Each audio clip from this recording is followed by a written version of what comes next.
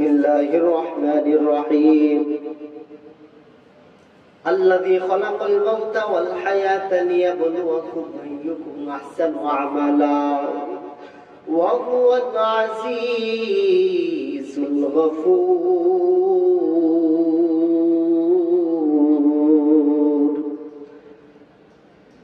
আল্লাহ তাআলা রব্বুল আলামিন বলেন, ও দুনিয়ার মানুষ শুনে নাও, আমি আল্লাহ তাআলা রব্বুল আলামিন তোমাদেরকে এই দুনিয়ার মধ্যে পাঠাইলাম। কোন উদ্দেশ্যে এই দুনিয়ার মধ্যে তোমাদেরকে পাঠাইলাম, কোন কারণে এই দুনিয়ার মধ্যে পাঠাইলাম? আল্লাহ তাআলা রব্বুল আলামিন বলেন, যে আয়াত আমি আপনাদের মাঝে তেলাওয়াত করলাম, আল্লাযী খালাকা, খালাকা শব্দের অর্থ হলো সৃষ্টি, খালাকাল মাউত, আল্লাহ তাআলা রব্বুল আলামিন সর্বপ্রথম মাউতকে সৃষ্টি করলেন, খালাকাল মাউতা ওয়াল হায়াতা, এরপরে আল্লাহ তাআলা রব্বুল আলামিন হায়াতকে সৃষ্টি করলেন। যেহেতু আগে মাউতকে সৃষ্টি করলেন, এরপরে হায়াতকে সৃষ্টি করলেন, এই কথা দ্বারা বোঝা যায় অবশ্যই অবশ্যই আমাকে আপনাকে কিন্তু মরতে হবে। ও দুনিয়ার মানুষ শুনো, দুনিয়া থেকে চলে যেতে হবে। আমি আপনি দুনিয়া থেকে চলে যাব, ইন্তেকাল করব, মৃত্যুবরণ করব, দুনিয়া থেকে চলে যাব। কিন্তু এই দুনিয়া থেকে চলে যাওয়ার জন্য এমন কি পুঁজি গুছাইলাম, এমন কি আমল করলাম, যে আমল নিয়ে আমি আপনার মালিকের কাছে যাব, ওই মালিককে বলবো, মালিক এই যে আমল নিয়ে এসেছি, এই যে দেখো আমি দুনিয়ার মধ্যে এই ভালো কাজ করেছি, যার কারণে তুমি আমাকে মাফ করে দাও। ও দুনিয়ার মানুষ, আমি আপনার সর্বসময় শুধু গুনাহ করলাম আর গুনাহ করলাম, গুনাহ করলাম আর গুনাহ করলাম, কিন্তু গুনাহ করেই জীবনটা নষ্ট করলাম। এই দুনিয়ার মানুষ শোনো, যেহেতু মরতে হবে, এই জন্য অবশ্যই অবশ্যই আমাদেরকে দুনিয়া থেকে কিন্তু কবরের খুঁজে গোছাইতে হবে।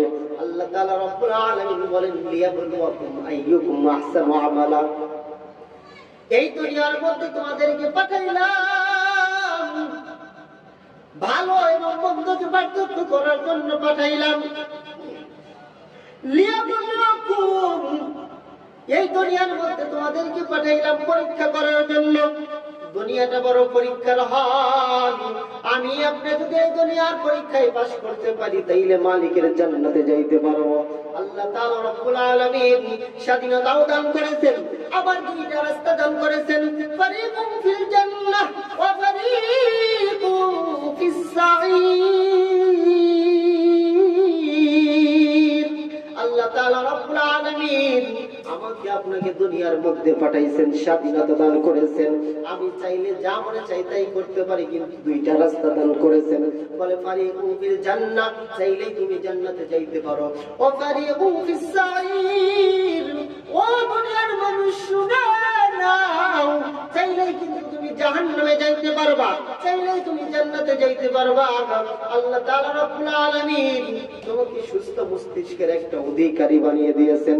আল্লাহ তাআলা রব্বুল আলামিন তোমাকে জ্ঞান দান করেছেন, কেন তুমি ভালো মন্দ বুঝতে পারো। তুমি জানো আমি যদি আগুনের মধ্যে হাত দিই, হাতটা পুড়ে যাবে। ও দুনিয়ার মানুষ,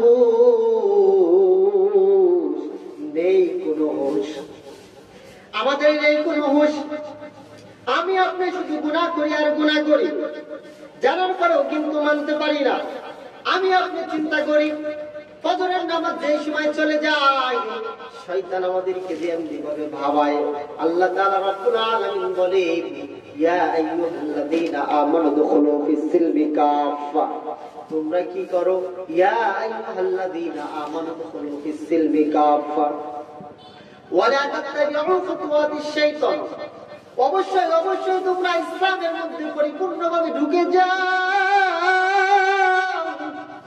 ওয়া লা তাত্তাবিউ খুতুওয়াতিশ শাইতান, শয়তানের ধোঁকায় পড়িও না। ও দুনিয়ার মানুষ, শয়তান তো সর্বসময় শুধু আমাদেরকে গুনাহ করায়। আমি আপনি যেই সময় ফজরের নামাজ আদায় করি না, ওই সময় শয়তান ভাবায় জোহরের নামাজ তুই আদায় করবি, ফজর তো চলেই গেছে। জোহরের সময় যেই সময় চলে আসে, শয়তান আমাদেরকে এমন ভাবে কুমন্ত্রণা দেয়, না না নামাজে যাস না, নামাজে যাস না, এখন তো চলেই গেছে, আসরের নামাজে যাবি। যেই সময় আসরের নামাজের সময় হয়ে যায়, ওই সময় শয়তান আবার ভাবায় তুই তো ফজর পড়স নাই, জোহর পড়স নাই, কি করবি তুই আসরের নামাজ পড়িয়া আবার আগামীকাল ফজর থেকে তুই সুন্দরভাবে আবার ফজর থেকে শুরু করবি, 5 ওয়াক্ত নামাজ পড়বি। এমন চিন্তা হয় না? আমাদের কিন্তু এমন চিন্তা হয়। সম্মানিত হাজরিন, শয়তান আমাদেরকে সর্বসময়ের জন্য শুধু গুনাহ করাইতে চায় আর গুনাহ করাইতে চায়। কারণ আল্লাহ তাআলা রব্বুল আলামিনকে সেই পূর্বেই আল্লাহ তাআলা রব্বুল আলামিনের সাথে ওয়াদা করেছে শয়তান যে আমি কোন মুসলমান আপনার কোন বান্দাকে আমি জান্নাতে যাইতে দিব না। আল্লাহ তাআলা রব্বুল আলামিনের কাছে জিনা করেছে। এই জন্য সম্মানিত হাজিরিন, শয়তানের ধোঁকায় পড়া যাবে না, শয়তানের ধোঁকায় পড়া যাবে না। অবশ্যই অবশ্যই আমাদেরকে গুনাহ থেকে বাঁচতে হবে। আল্লাহ তাআলা রব্বুল আলামিন আমাকে আপনাকে কোন উদ্দেশ্যে দুনিয়ার মধ্যে পাঠাইছেন, আর এই দুনিয়ার মধ্যে এসে আমি আপনি কি করতেছি? আল্লাহ তাআলা রব্বুল আলামিন বলেন, ওয়ামা খালাকাতুল জিন্না ওয়াল ইনসা ইল্লা লিয়াবুদুন। আল্লাহ তাআলা রব্বুল আলামিন বলেন, ওয়ামা খালাকাতুল জিন্ন ওয়াল ইনস ইল্লা লিয়াবুদুন। ও বানিয়াদের মুসলমান, ও পর্দালের মা, এই যুবক ভাই, ও বৃদ্ধ বাবা, কেন তুমি বোঝো না? কেন বোঝো না? আল্লাহ তাআলা রব্বুল আলামিন তোমাকে কেন এই দুনিয়ার মধ্যে পাঠাইলেন? বলে ওয়ামা খালাকতুল জিন্না ওয়াল ইনসা ইল্লা লিয়াবুদুন। আমাকে আপনাকে আল্লাহ তাআলা রব্বুল আলামিন এই পৃথিবীর মধ্যে পাঠাইছেন একমাত্র কেবলমাত্র ওই আল্লাহর গোলামি করার জন্য। কার গোলামি করার জন্য? আমাকে আপনাকে আল্লাহ তাআলা রব্বুল আলামিন বানাইছেন আল্লাহর গোলামি করার জন্য। বলে দুনিয়ার মধ্যে অবশ্যই অবশ্যই আমাকে আল্লাহর গোলামি করতে হবে। বলে ও দুনিয়ার মানুষ, আমি বাহ্যিক দৃষ্টিগতভাবে তোমাদেরকে একটা উদাহরণ বোঝাই। এই যে দেখো, লাইট বানানো হয়েছে আলো দেওয়ার জন্য। এই লাইট যদি আলো দেয় তাইলেই তোমরা লাইট জ্বলবে, আর যদি আলো না দেয় তাইলে কিন্তু লাইট জ্বলবে না। এই যে ইলেকট্রিসিটি ফ্যান বানানো হয়েছে বাতাস দেওয়ার জন্য, যদি বাতাস দেয় তাইলেই ফ্যান বলবা, আর যদি বাতাস না দেয় তাইলে কিন্তু ফ্যান বলবে না, ফ্যান বলবে না। এমনি ভাবে ইত্যাদি যেই জিনিস যেই কাজের জন্য বানানো হয়েছে, স্কুলে মাস্টার রাখা হয়েছে, শিক্ষক রাখা হয়েছে শিক্ষা দেওয়ার জন্য। শিক্ষা দিলে শিক্ষক, না দিলে শিক্ষক নাই। তেমনি ভাবে আল্লাহ তাআলা রব্বুল আলামিন বলেন, ও দুনিয়ার মানুষ, এই দুনিয়ার মধ্যে আল্লাহ তাআলা রব্বুল আলামিন মানুষদেরকে বানাইছেন আল্লাহর গোলামি করার জন্য। আর মানুষ হওয়ার পর এরা যদি আল্লাহর গোলামি করে তাইলেই মানুষ হতে পারবে, মানুষ হতে পারবে। আর মানুষ হওয়ার পরেও যদি আল্লাহর গোলামি না করে, এই ব্যক্তিরা কিন্তু মানুষ হতে পারবে না। তাহলে এরা আবার কি? এরা আবার কি? আল্লাহ তাআলা রব্বুল আলামিন সূরাতুল আ'রাফ আয়াত নম্বর 175 আল্লাহ তাআলা রব্বুল আলামিন বলেন, ওয়ালাকাদ যারা'না লিজাহান্নাম কাসীরাম মিনাল জিন্নি ওয়াল ইনস লাহুম কুলুবুন লা ইয়াফকাহুনা বিহা ওয়া লাহুম আ'য়ুনুন লা ইবসিরুনা বিহা ওয়া লাহুম আযানুন লা ইয়াসমা'উনা বিহা উলাইকা কাল আন'আম বাল হুম আযাল উলাইকা হুমুল গাফিলুন।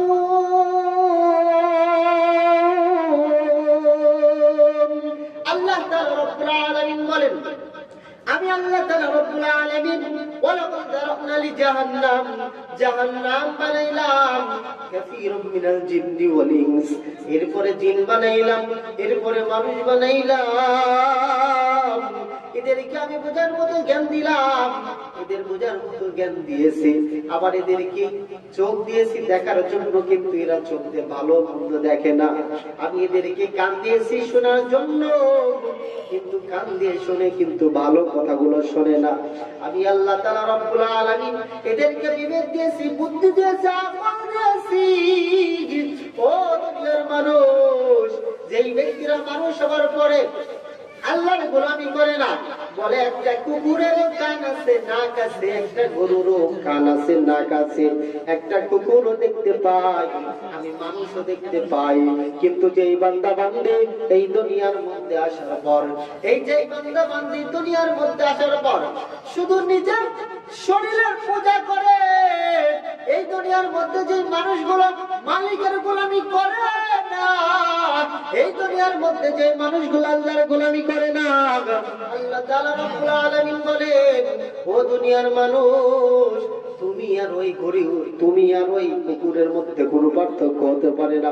বলে উলাইকা কাল আনআম বাল হুম আদল, বরঞ্চ এরা তাদের চেয়েও নিকৃষ্ট।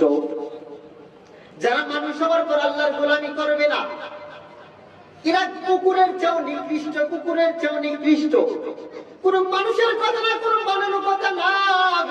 আল্লাহ তাআলা রব্বুল আলামিন নিজেই বলেছেন সূরাতুল আ'রাফের মধ্যে, যারা মানুষ হওয়ার পর আল্লাহর গোলামি করবে না, ওই ব্যক্তিরা মানুষ হতে পারবে না, ওই ব্যক্তিরা কিন্তু জান্নাতি হতে পারবে না। এই জন্য মুসলমান ভাইরা আমার, এ যুবক আল্লাহর বান্দা বিরুদ্ধ বাবাজি, একটা কথা আমার মনে পড়ে গেল। আমি জানি আপনিও জানেন, যুবকরা যদি, আমি আপনি যদি ঠিক হয়ে যাই, যুবকরা যদি ঠিক হয়ে যায়, সমাজ ঠিক হয়ে যাবে। এই জন্য যুবকদের কথা বলা হয়েছে। কিতাবের মধ্যে পড়ে দেখলাম কিয়ামতের ময়দানে আরশে আজিমের ছায়ার নিচে 7 শ্রেণীর মানুষগুলো ছায়া পাবে। বলে 1 নাম্বার, এই দুনিয়ার মধ্যে যারা ন্যায়পরায়ণ বাদশা থাকবে। 2 নাম্বার, আল্লাহ তাআলা রব্বুল আলামিন বলেছেন যারা যৌবনকালে ইবাদত করবে। এই দুনিয়ার মধ্যে যারা যৌবনকালে ইবাদত করবে, এ যুবক ভাই তোমরা শুনো, এ পর্দার আলেম মা, নিজেও তোমরা আল্লাহ ওয়ালা হও, সন্তানদেরকে আল্লাহ ওয়ালা বানাও। কারণ তুমি হয়তো নামাজ পড়ো, তোমার সন্তান নামাজি না, কিন্তু জানো না কিয়ামতের ময়দানে যে সময় তোমার সন্তানকে জাহান্নামে দেওয়া হবে। কোন সন্তানকে যদি জাহান্নামে দেওয়া হয়, কোন সন্তানকে যদি জাহান্নামে দেওয়া হয়, সম্মানিত ভাইরা আমার, কোন সন্তানকে যে সময় জাহান্নামে দেওয়া হবে, ওই সময় ওই সন্তান ডাক দিয়ে বলবে, ওগো মালিক, তোমার কাছে আমি বলি, আমি জাহান্নামে যাব ঠিক আছে, কিন্তু দুনিয়ার মধ্যে আমার মা ছিল, আমার বাবা ছিল, আমার মা কখনো আমাকে তোমার ভয়ের কথা বলে নাই, জাহান্নামের ভয়ের কথা বলে নাই। আমার বাবাও কখনো জাহান্নামের কথা বলে নাই, কখনো আমাকে ভালো কাজের আদেশ করে নাই, সৎ কাজের আদেশ করে নাই। সর্বসময় শুধু গুনাহ করেছি আর গুনাহ করেছি। ওগো মালিক, আমি জাহান্নামে যাব ঠিক আছে, কিন্তু আমি একাই জাহান্নামে যাব না, আমি জাহান্নামে যাব, আমার মা আমার বাবাকে নিয়ে আসো। আমার মা আমার বাবা তাদের পেটের মধ্যে পড়ে পড়ে, মা বাবার পেটের মধ্যে পড়ে পড়ে, এদের নারী বুড়িগুলো পায়খানার রাস্তাতে বের হবে, মুখ দিয়ে বের হয়ে যাবে। এমন শাস্তি দিতে দিতে এই সন্তান তো জাহান্নামী হবে হবে, সাথে সাথে তার মা এবং বাবাও জাহান্নামী হয়ে যাবে। নাউযুবিল্লাহ। সম্মানিত ভাইরা আমার, এই জন্য নিজেও ভালো কাজ করো, তোমাদের সন্তানদেরকেও ভালো কাজ করার মতো আদেশ করো।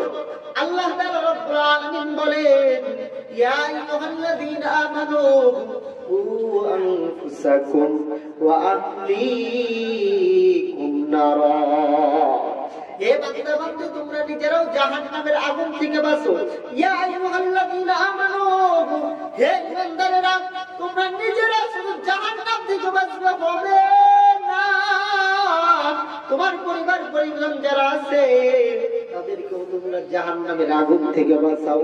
এই জন্য নিজেকে বাঁচলে হবে না, আমার পরিবার পরিজন যারা আছে তাদেরকেও জাহান্নাম থেকে বাঁচাইতে হবে। ও দুনিয়ার মানুষ, এই জন্য এ যুবক ভাইরা আমার, যুবকদের কথা মনে পড়ে যায়। আল্লাহর নবীর একজন সাহাবী ছিলেন হযরত সাদ রাদিয়াল্লাহু তাআলা আনহু। উনি ইসলাম ধর্ম গ্রহণ করেন নাই। দেখেন বীরের জন্য কত পরিপূর্ণ ঈমান এনেছিল। কত ঈমান মজবুত হলে ছিল।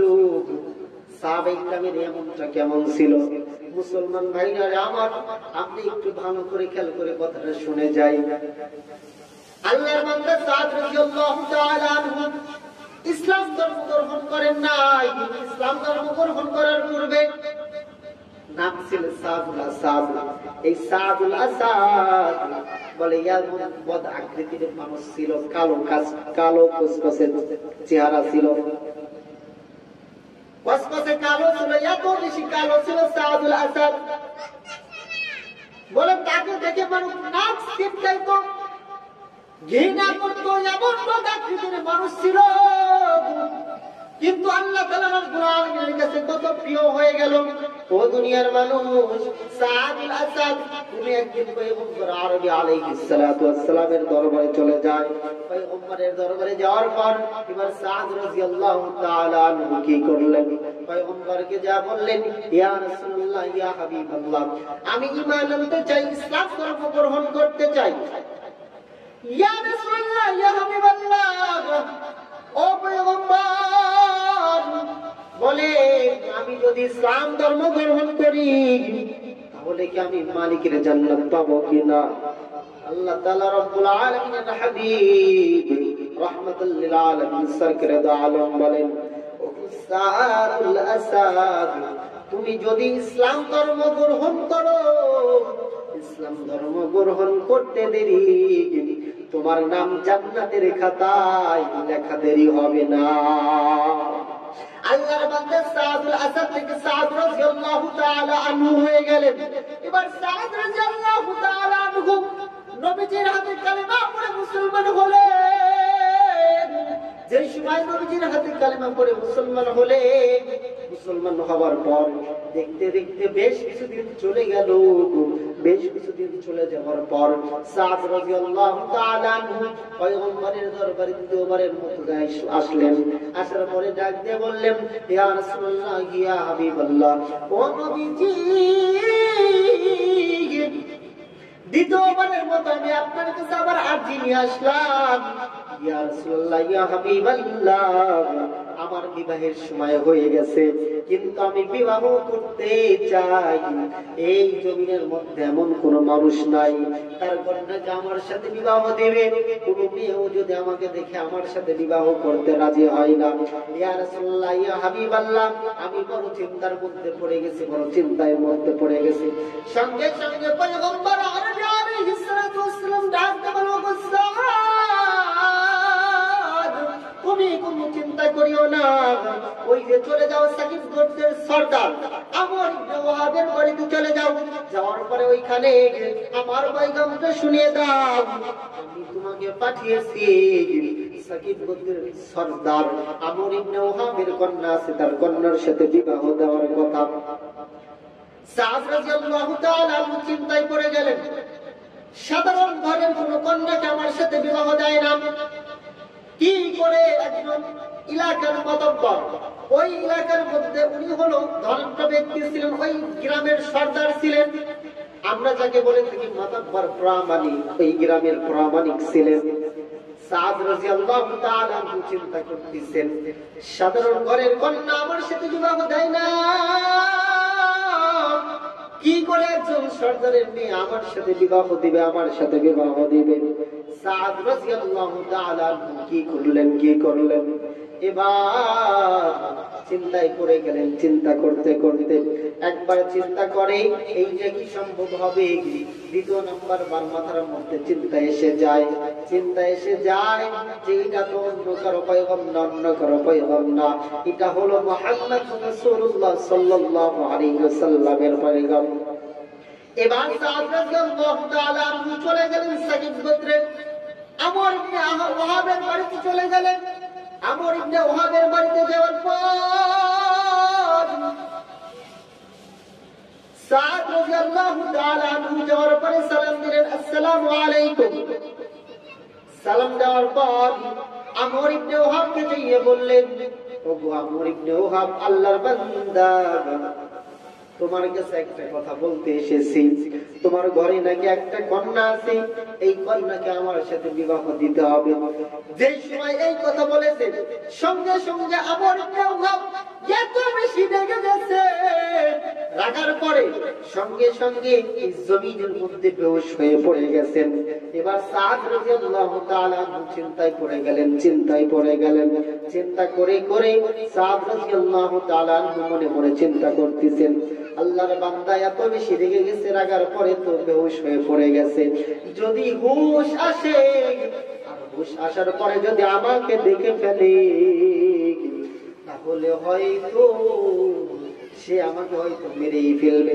এই কথা চিন্তা করে করে সাদ রাদিয়াল্লাহু তাআলা আনহু কি করলেন, এমত অবস্থায় সাদ রাদিয়াল্লাহু তাআলা আনহু আমর ইবনে ওয়াহাবের বাড়ি থেকে চলে যাবেন।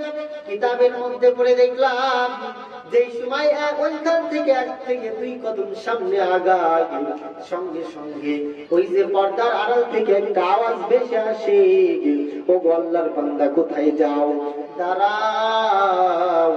পয়গম্বরটা যদি পয়গম্বরের পক্ষ থেকে হয়ে থাকে, ও আল্লাহর বান্দা তুমি দেখতে কেমন, ওটা আমার দেখার বিষয় নয়, ও আল্লাহর বান্দা দাঁড়াও, আমি তোমার প্রস্তাবে রাজি হয়ে গেছি। এবার সাকিব গোত্রের সর্দার আমর ইবনে ওয়াহাব, সম্মানিত ভাইরা আমার, এবার কি করলেন, আমর ইবনে ওয়াহাব সঙ্গে সঙ্গে হুশে ফিরে আসলেন। হুশে ফিরে আসার পর এবার বিবাহ দেওয়ার জন্য রাজি হয়ে গেল।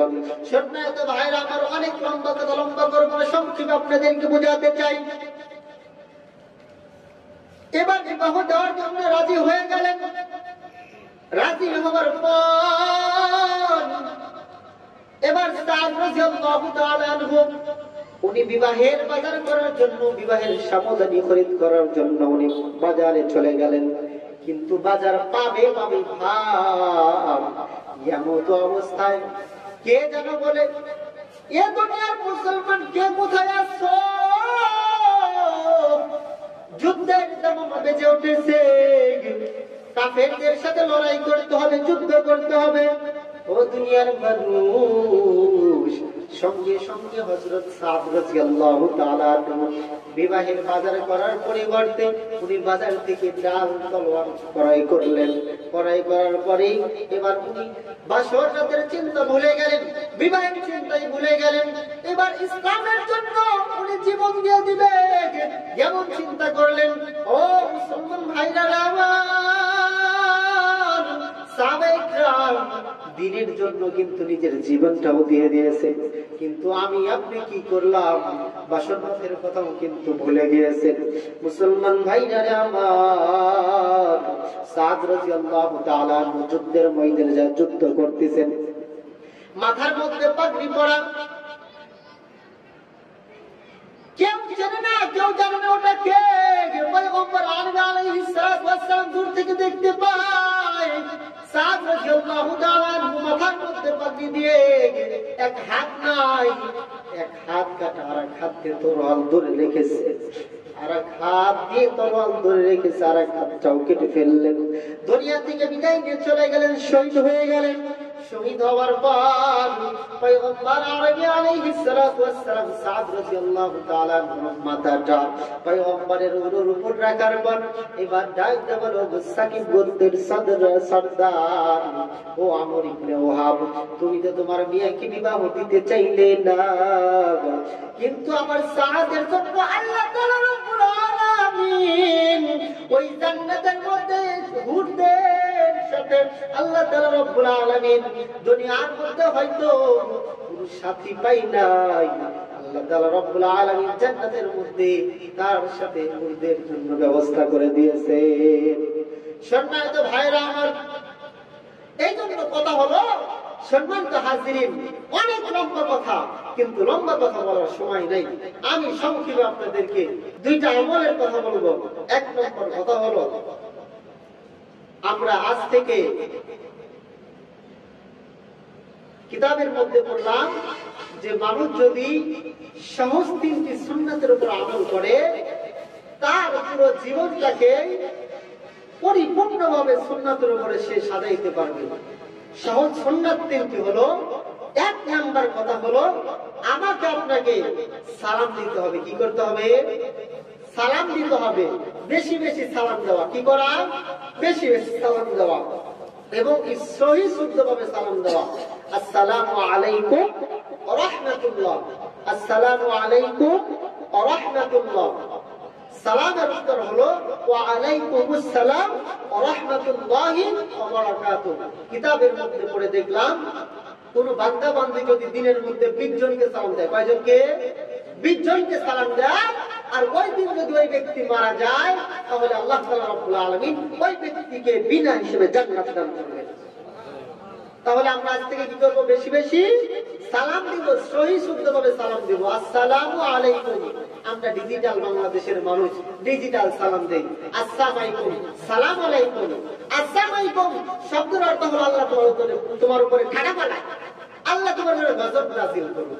আর আসসালামু আলাইকুম আল্লাহ তোমার উপরে শান্তি দান করুন। ওয়া আলাইকুমুস সালাম আল্লাহ তোমার উপরেও শান্তি দান করুন। ওয়া রাহমাতুল্লাহি ওয়া বারাকাতুহু তোমার উপরে রহমত দান করুন এবং কি বারাকাত দান করুন। এই জন্য এক নম্বর কি করব? আমরা সালাম দিব। কি করব? সালাম দিব। একজন আরেকজনকে সালাম দিব। সালাম বিনিময়ের মাধ্যমে মুসলমান ভাই ভাই আমাদের মধ্যে মিল মহব্বত সৃষ্টি হয়ে যাবে। ভাই ভাই শুধু ঝগড়া বিবাদ নিয়ে আমরা আছি, শান্তি নাই আমাদের মধ্যে। দ্বিতীয় নম্বর কথা হলো আমরা সর্বসময় চলতে ফিরতে মালিকের জিকির করব। সমতল ভূমিতে চলার সময় লা ইলাহা ইল্লাল্লাহ, লা ইলাহা ইল্লাল্লাহ, লা ইলাহা ইল্লাল্লাহ। যেই সময় আমরা উঁচু জায়গায় উঠবো আল্লাহু আকবার, আল্লাহু আকবার। যেই সময় নিচু জমিনে চলে যাব ওই সময় সুবহানাল্লাহ, সুবহানাল্লাহ, সুবহানাল্লাহ বলে বান্দা বান্দী যেই সময় বেশি থেকে বেশি জিকির করে আল্লাহ তাআলা রব্বুল আলামিন তার কলবটাকে পরিষ্কার করে দেয়। আল্লাহ সুবহানাহু ওয়া তাআলা ওই ব্যক্তিকে হয়তো জিকিরের মাধ্যমে ওলিও বানায় দিতে পারে। আমরা বেশি থেকে বেশি কি করব? জিকির করব। তৃতীয় নম্বর কথা হলো আমরা ভালো কাজগুলোকে ডান দিকে প্রাধান্য দিব এবং যে মন্দ কাজগুলোকে বাম দিকে প্রাধান্য দিব। যেমন আমরা মসজিদে যাইতে ডান পা আগে দিব, বাথরুমে যাইতে আমরা বাম পা আগে দিব, এরপরে জামাত এই সময় পড়বো ডান হাত আগে দিব, জুতো পড়তে ডান পা আগে দিব। আল্লাহ তাআলা রব্বুল আলামিন প্রত্যেককে বোঝা এবং আমল করার তৌফিক দান করুন। সকলে বলেন আল্লাহুম্মা আমিন। সম্মানিত হাজিরিন, সকল শেষ কথা, জান্নাত খুবই সহজ, কিন্তু আমি আপনি এক কথায় কথা শেষ। আখলিস দীনাকা ইয়াকফিকাল আমালুল কলিল। তোমার ঈমানকে খাঁটি করো। এক কথায় কথা হলো গুনাহ করবেন না। কি করবেন না? গুনাহ করবেন না। আপনি যদি গুনাহমুক্ত জীবন গঠন করতে পারেন, যদি আপনার 2 রাকাত নামাজ কবুল হয়, কয় রাকাত? 2 রাকাত নামাজ কবুল হয়, কোন দিনের যদি 10 টাকা সাদকা কবুল হয়ে যায়, আপনার জীবনে যদি গুনাহ না থাকে, ওই 10 টাকা সাদকার বিনিময়ে আপনি জান্নাতে যাবেন। 2 রাকাত নামাজের বিনিময়ে আপনি জান্নাতি হয়ে যাবেন। বেশি আমল করার দরকার নাই। নামাজ পড়ে পড়ে কপাল কালো বানায় ফেলাইছেন, অথচ আপনি সুদের খাতায় নাম লেখাইছেন। আপনি সুদের খাতায় নাম লেখাইছেন, ইমামের পিছনে আপনি নামাজ পড়েন, ইমামের পিছনে আপনি নামাজ আদায় করেন, অথচ আপনি সুদের খাতায় নাম লেখাইছেন, ঘুষের খাতায় নাম লেখাইছেন।